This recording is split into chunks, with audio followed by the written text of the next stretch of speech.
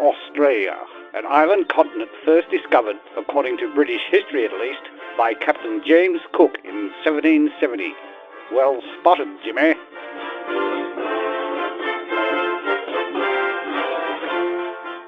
Australia was just the place that Great Britain was looking for, on the other side of the world and downwind. The perfect dumping ground for the dregs of British society. Cheer up, convicts, here are some rabbits and foxes to make the place feel more like home.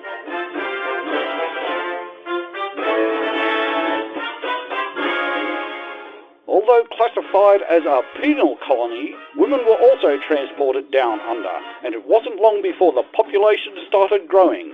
Then one day they realised you can't spell colony without colon, so they asked Mother England to cut the apron strings to become a nation of their own, as you can't spell country without try. So in 1901, Australia achieved federation, a sort of independence that would allow them to stand on their own 2 feet and make their own rules, and hopefully keep the Orientals out. But wait a minute, Australia, as a new nation, shouldn't you have a new flag? Up until then, Australia had been using the national colonial flag, but it was decided that all Australians should have a say on what the Australian flag should look like, so a competition to design the new flag was held. A competition with only 2 guidelines. It must include the Union Jack and the Southern Cross.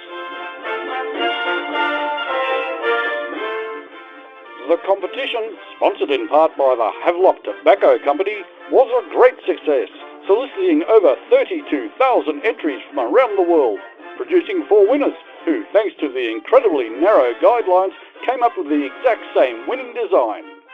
Amongst the winners was Kiwi William Stevens.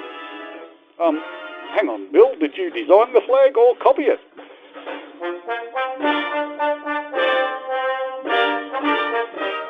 The designs were judged on 7 criteria: loyalty to the Empire, federation, history, heraldry, distinctiveness, utility, and cost of manufacture, but mainly loyalty to the Empire, and the wing design received the royal stamp of approval in 1902, after which the flag was changed again because it looked a bit Jewish.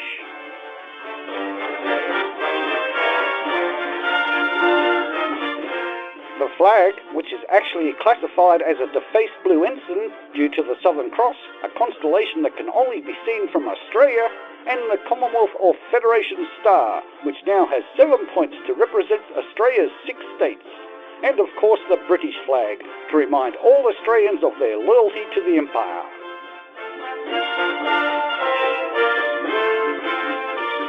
And it's not without cause that Australians should be reminded of this loyalty, as most other countries would have succumbed to an international version of battered wife syndrome by now. Australia's loyalty to the Empire has resulted in their soldiers being court-martialed and executed by the Brits without notice in the Boer War, then suffering the highest casualty rates of all Commonwealth countries while under British command in the First World War. Then in the Second World War, England refused to return Australian soldiers defending Great Britain when Australia herself came under threat, then went on to surrender the remainder of Australia's regular army based in Singapore.